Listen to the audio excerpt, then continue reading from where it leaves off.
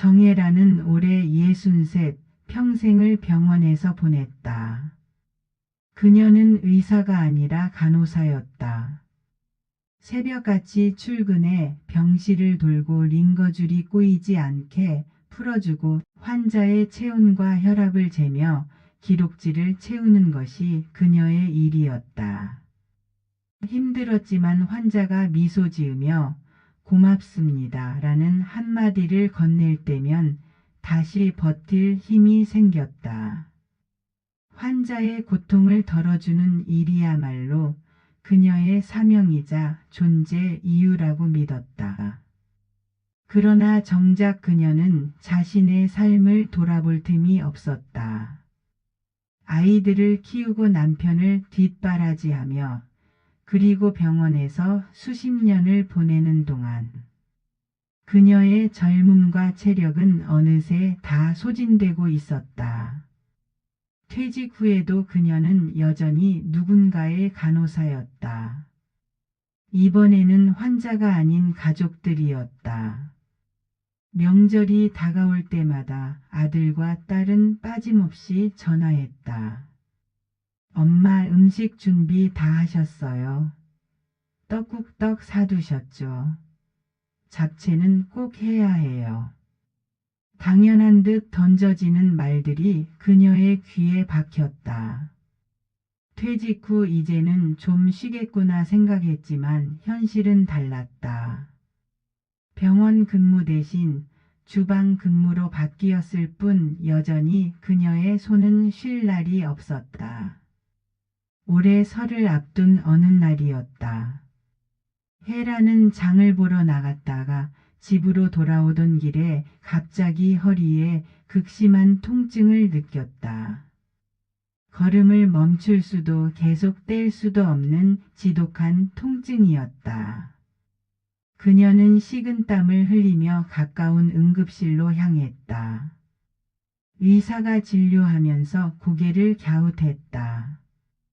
허리 디스크가 많이 진행됐습니다. 무리하면 신경에 손상이 갈 수 있어요. 당분간 절대 무거운 거 들지 마시고 오래 서 있는 것도 피하세요. 그 말을 들은 순간 혜라는 헛웃음을 터뜨렸다. 무거운 거 들지 말라니, 오래 서 있지 말라니. 명절을 앞두고 장을 보고 음식을 해야 하는 그녀에게 그런 당부는 현실성이 없었다. 하지만 동시에 묘한 허무함이 몰려왔다. 평생 환자를 돌보다가 이제는 자신이 환자가 되었다는 사실. 마치 오랜 세월 돌아가며 달려온 레일 끝에서 갑자기 벽을 만난 기분이었다. 밤늦게 집에 돌아온 그녀는 주방에 불을 켰다. 싱크대 위에는 며칠 전 사둔 재료들이 가득했다. 시금치, 고사리, 숙주갈비, 그리고 떡국떡까지. 늘 그렇듯 아이들이 내려오면 먹을 음식을 준비해 두려던 것이다. 그러나 허리의 통증이 너무 심해 고개를 숙이는 것조차 힘들었다. 냉장고 문을 여는 순간 허리에 찌릿한 통증이 몰려와 손에 쥔 채소를 떨어뜨리고 말았다. 바닥에 흩어진 시금치를 주워 담으며 그녀는 생각했다. 내가 이렇게까지 해야 하나? 내가 무슨 죄로 매번 이런 고생을 하는 거지? 의사로부터 들은 말이 귓가에 맴돌았다. 신경 손상 위험, 절대 무리 금지. 하지만 자녀들은 그런 사정을 이해해 줄 리 없었다. 명절이 다가오면 그들의 관심은 오직 밥상이었다. 혹여라도 음식이 준비되어 있지 않으면 불만 섞인 목소리가 전화기 너머로 들려왔다. 엄마, 왜 미리 준비 안 하셨어요? 이번엔 반찬이 왜 이렇게 적어요? 고맙다는 말보다 주문이 먼저였고 걱정보다는 기대가 앞섰다. 그날 새벽 헤라는 잠에서 깼다. 허리가 욱신거려 뒤척이다 더는 누울 수 없었다. 거실로 나와 불을 켜니 텅 빈 공간이 더욱 적막하게 다가왔다. 소파에 앉아 한참을 멍하니 천장을 바라보았다. 내가 환자가 되어야만 이들이 멈출까? 내가 쓰러져야만 내 고통을 알까? 평생 환자 옆에 서 있던 자신이 이제는 환자의 자리에 앉게 되었다는 사실이 서글펐다. 그녀는 거울 앞에 섰다. 주름이 깊게 파인 얼굴, 희끗희끗한 머리카락, 그리고 구부정하게 굽은 허리. 병원에서는 언제나 환자들을 다독이며 괜찮습니다. 금방 나아질 거예요 라고 말했지만 지금은 그 말을 스스로에게 해줄 사람이 없었다.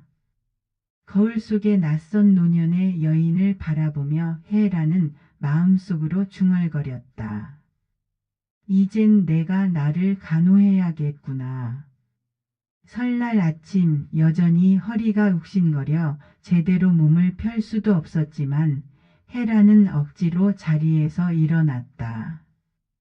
부엌에 나와 전날 미처 다듬지 못한 나무를 바라보다가 그대로 주저앉았다. 몸이 말을 듣지 않았기 때문이다.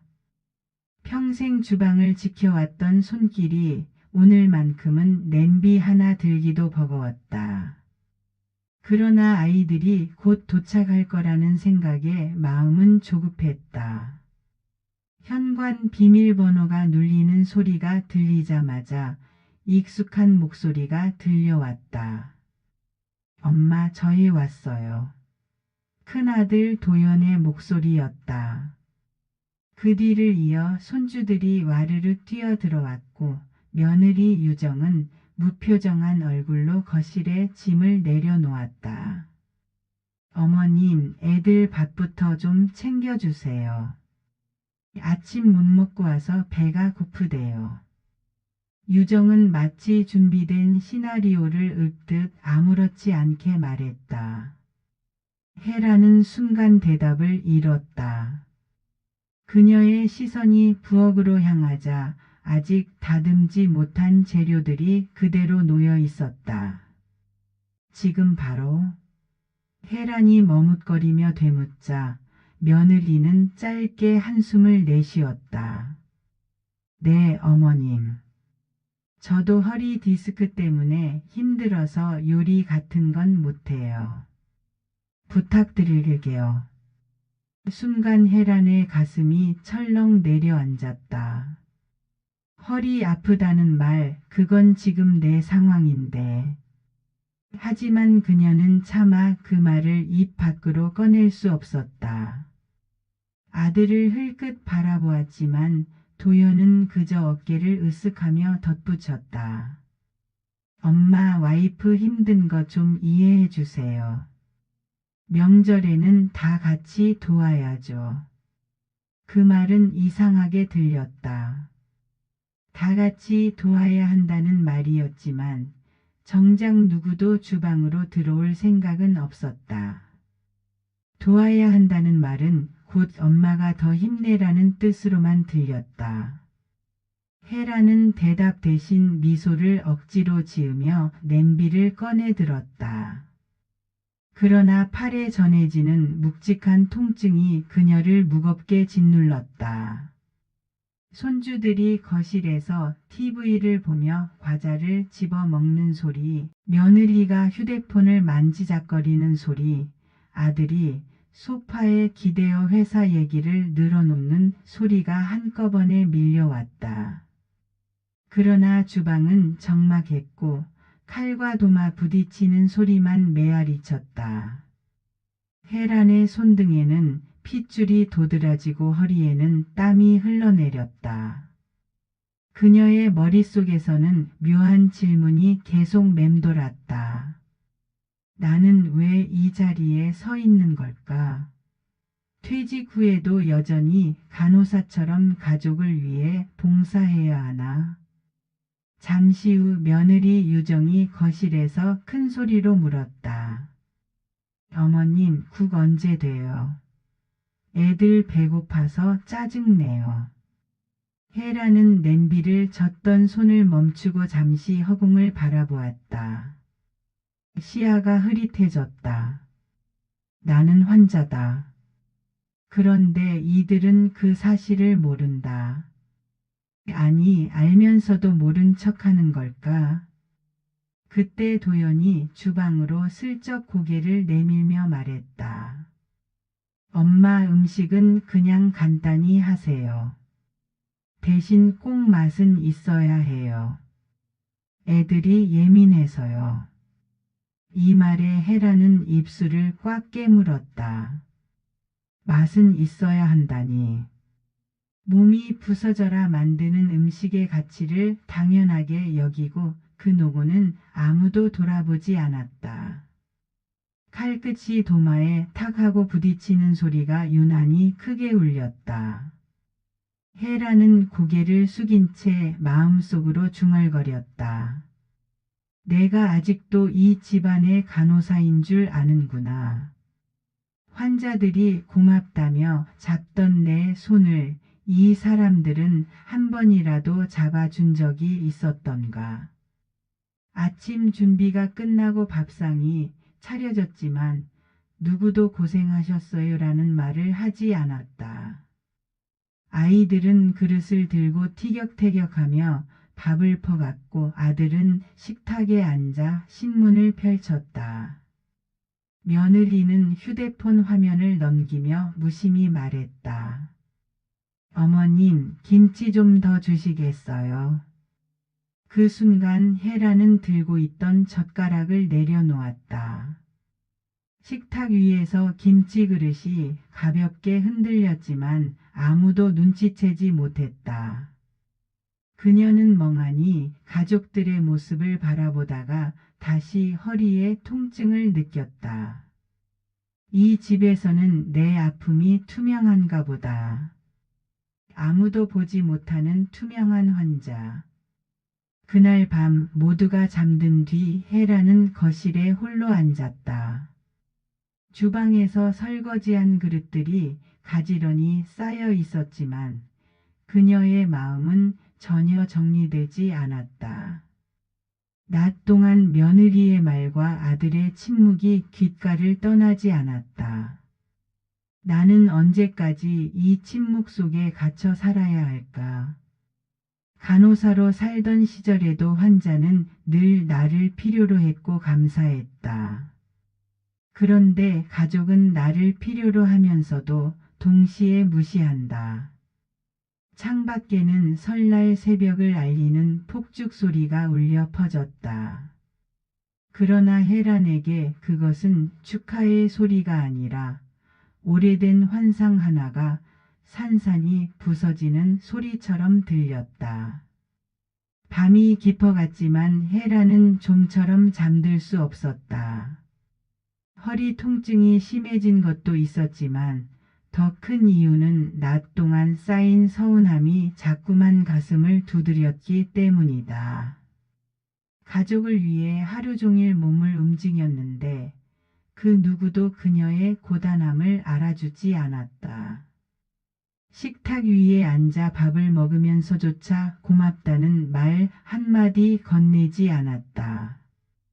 내가 가족에게 이렇게도 당연한 존재였던가. 밥이 차려져 있는 것, 집안이 치워져 있는 것, 모든 게 그냥 주어진 거라고만 생각하는 건가. 그녀는 거실 불을 껐다 켜기를 반복하다가 조용히 방문을 열었다. 딸 수아가 방에서 통화를 하고 있었다. 낮은 목소리였지만 어쩐지 선명하게 들려왔다. 여보, 우리 이번 여름에 여행 가는 거 있잖아. 엄마는 그냥 집에 두고 친정엄마랑 같이 가면 어때? 그분도 바람 좀 쐬셔야지. 우리 엄마는 요즘 우울해하시잖아. 응, 맞아. 시어머니는 명절마다 우리 집에 계시니까 이번엔 친정엄마 챙기자. 순간 혜란의 발걸음이 굳었다. 가슴이 철렁 내려앉으며 심장이 빠르게 뛰었다. 엄마는 그냥 집에 두고. 그 말이 귓가를 찢듯 울렸다. 자신도 누군가의 엄마인데 딸의 입에서 나온 말은 너무도 차가웠다. 나는 딸에게조차 단지 명절용 엄마일 뿐이구나. 밥 차려주는 존재, 그것 말고는 필요 없는 사람. 혜라는 그 자리에 서서 오래도록 움직이지 못했다. 눈물이 차올라 시야가 번졌다. 수십 년 동안 키우고 뒷바라지한 아이가 이제는 자신을 집에 두고 가도 되는 사람으로 여긴다는 사실이 잔인하게 다가왔다. 문틈 사이로 새어나오는 빛이 칼날처럼 가슴을 베어냈다.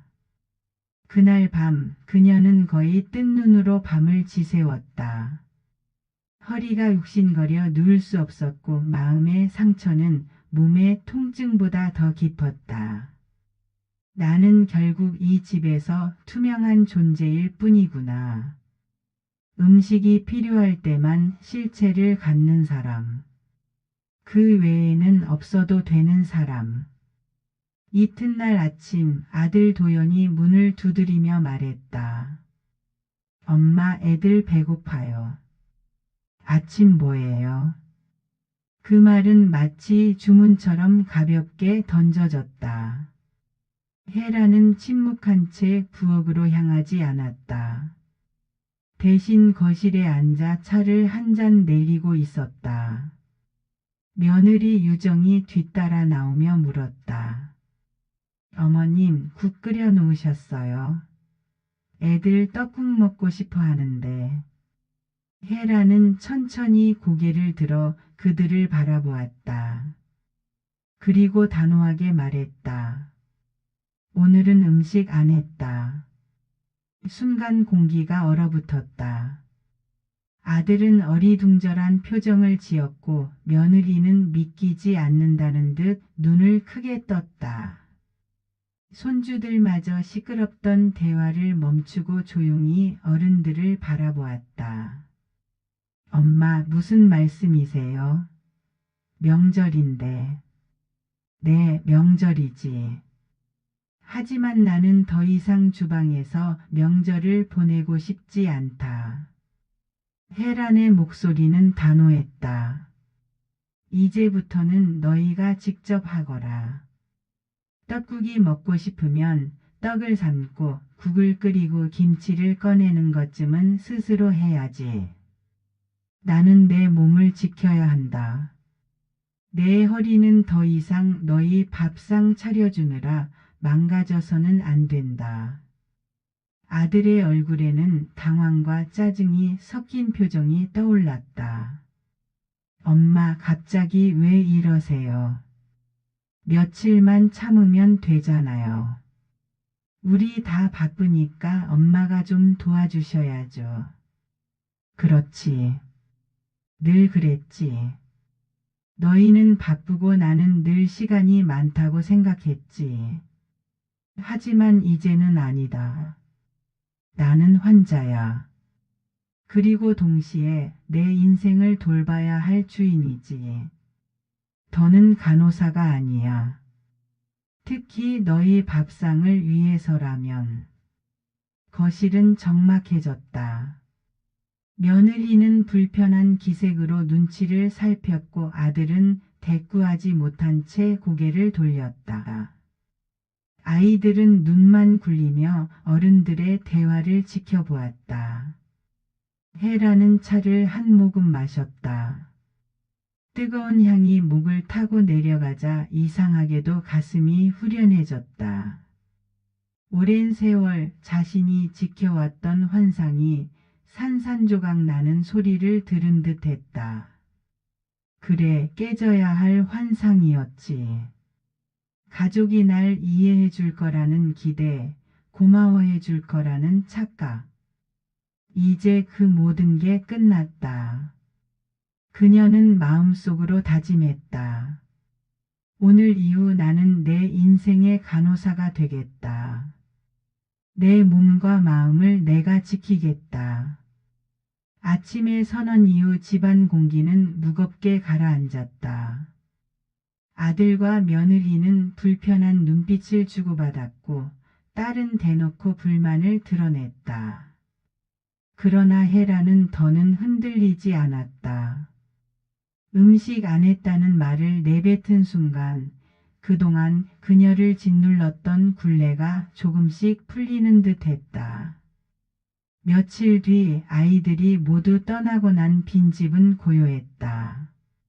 설거지거리조차 남아있지 않은 싱크대를 바라보며 헤라는 묘한 해방감을 느꼈다. 동시에 앞으로의 삶을 어떻게 꾸려야 할지 고민이 몰려왔다. 이대로 아무 준비 없이 살다 보면 다시 아이들에게 휘말리겠지. 이제는 내가 주도권을 잡아야 한다. 그녀는 오래된 서랍 속에서 두툼한 통장을 꺼냈다. 은행 로고가 희미하게 바랜 통장은 그녀가 퇴직 후 손도 대지 않고 모셔둔 퇴직금 계좌였다. 원래는 자녀들의 집 대출을 도와주거나 손주들 대학 등록금을 보태주려 했던 돈이었다. 그러나 그날 밤 딸의 말이 떠올랐다. 엄마는 그냥 집에 두고. 그 말이 번개처럼 스쳤다.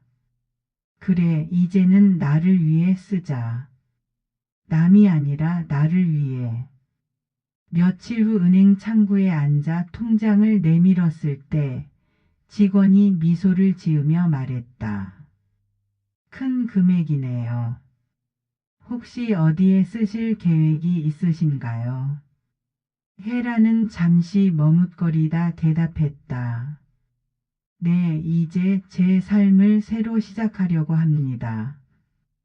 은행에서 나온 그녀의 손에는 새로 정리된 계좌 명세서가 들려 있었다. 종이 한 장이었지만 그 안에는 수십 년간의 노동과 희생, 그리고 이제 막 피어나는 자유가 담겨 있었다. 그날 저녁 헤라는 작은 공인중개사 사무실을 찾았다. 어머니, 어떤 집을 원하세요? 중개사가 물었다. 작아도 괜찮아요. 조용하고 내가 혼자 편히 지낼 수 있는 곳이면 됩니다. 몇 군데를 둘러본 끝에 그녀는 오래된 원룸 하나를 계약했다. 햇살이 잘 들어오는 남향의 방, 부엌은 협소했지만 더 이상 대가족을 위해 음식을 준비할 필요가 없는 그녀에게는 충분했다.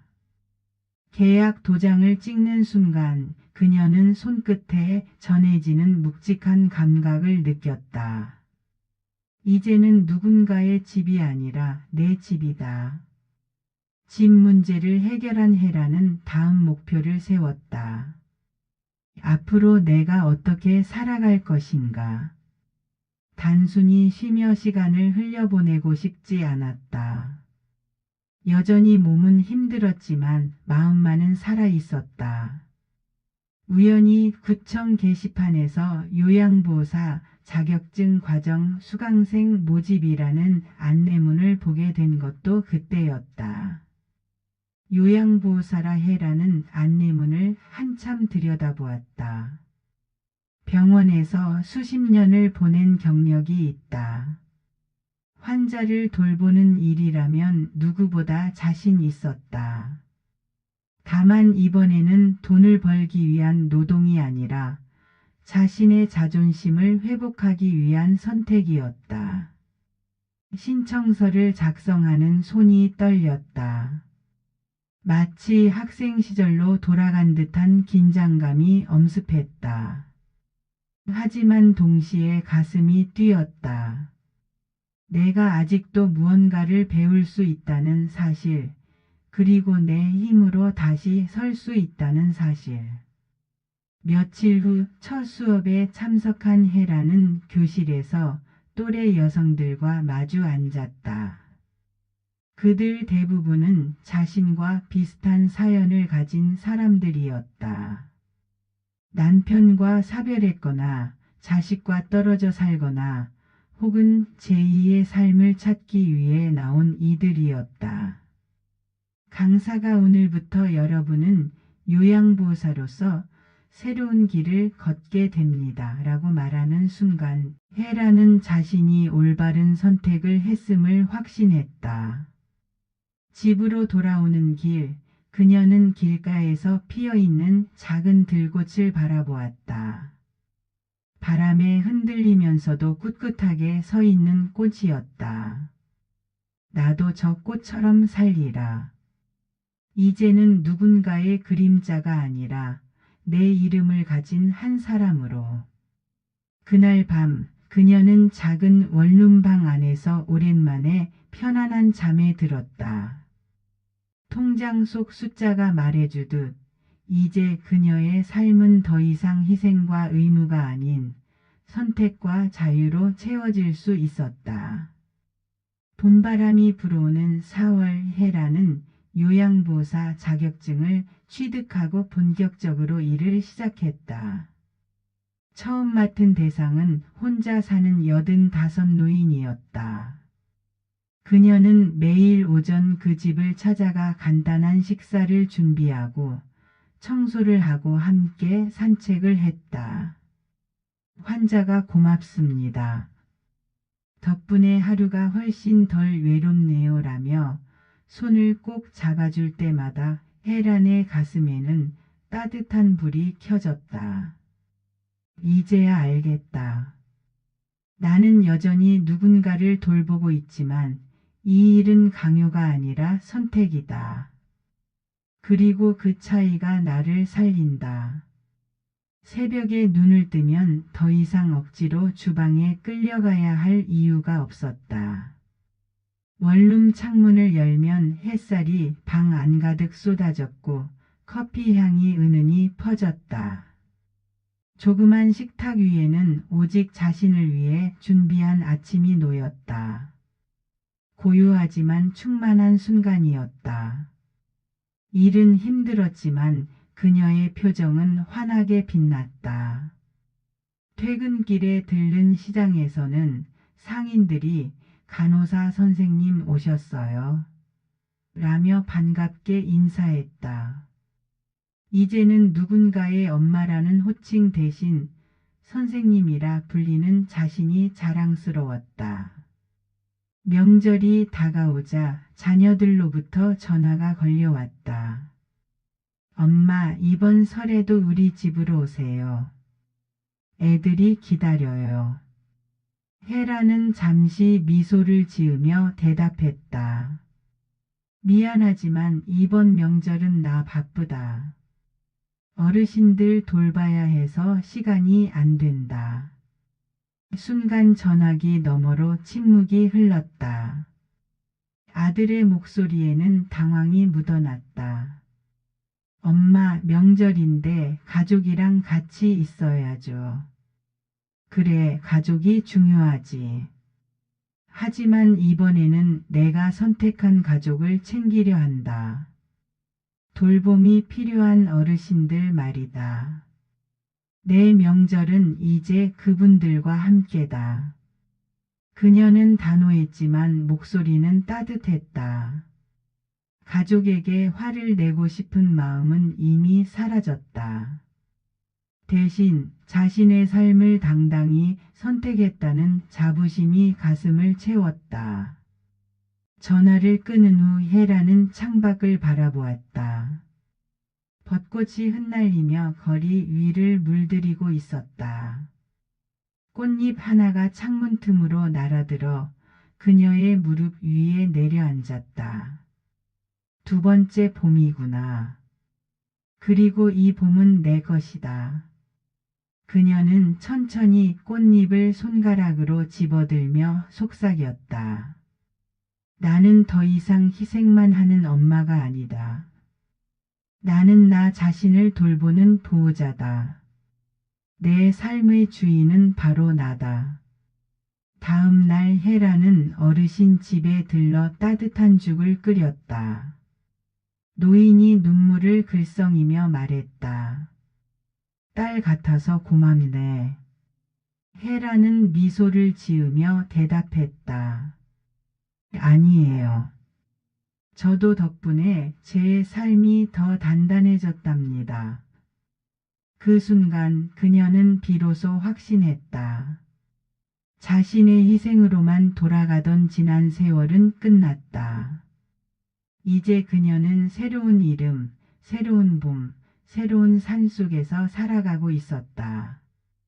영상이 마음에 와닿으셨다면 구독과 좋아요, 알림 설정 부탁드립니다. 여러분의 작은 클릭 하나가 다음 이야기를 이어가는 큰 힘이 됩니다. 감사합니다.